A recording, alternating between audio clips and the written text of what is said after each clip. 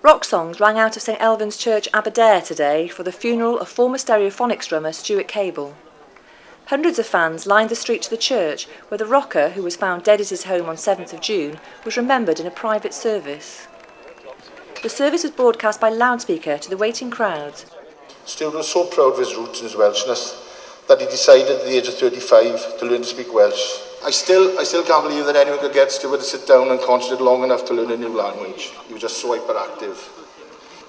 He did say to me once that one of the many advantages of speaking Welsh was his ability to use even more swear words. Can I just ask you what you thought of the service? I think it was an amazing turnout from all the people from Carmarthen and Aberdare.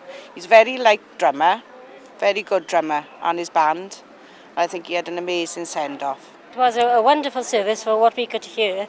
I know we had speakers, but if they had stopped the traffic to give him the respect that we've all come out to show, and that was the damper. But I'm sure Stuart will be laughing at it.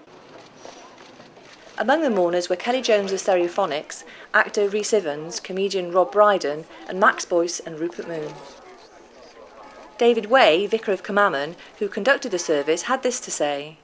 I think the service went fantastically. I think it had everything, every element of Stuart's life in it.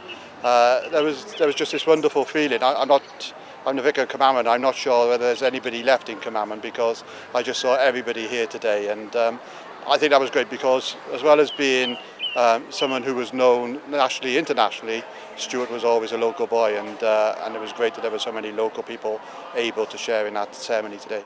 It's probably the first time AC/DC have been played live in a church, certainly that you would know of. I can't think of it another time. Funny enough, we had a vigil back in his, what we call his home church in Carmarthen yesterday, and we had AC/DC playing up there while people were lighting candles and everything. So there's been a lot of AC/DC in churches over this last couple of days. I get the feeling Stuart would have enjoyed that though. Stuart would have loved it. He was, a great character. One of my kind of great stories, which I will tell with pride now, is that Stuart had seen me in a couple of pubs over a couple of weeks, and he said to me, "Oi Vic," because that's what he called me, Vic. How come I'm always seeing you in the pubs lately? I said, I don't think that's got anything to do with the amount of time I spend in pubs, Stuart, but the amount of time you spend in church.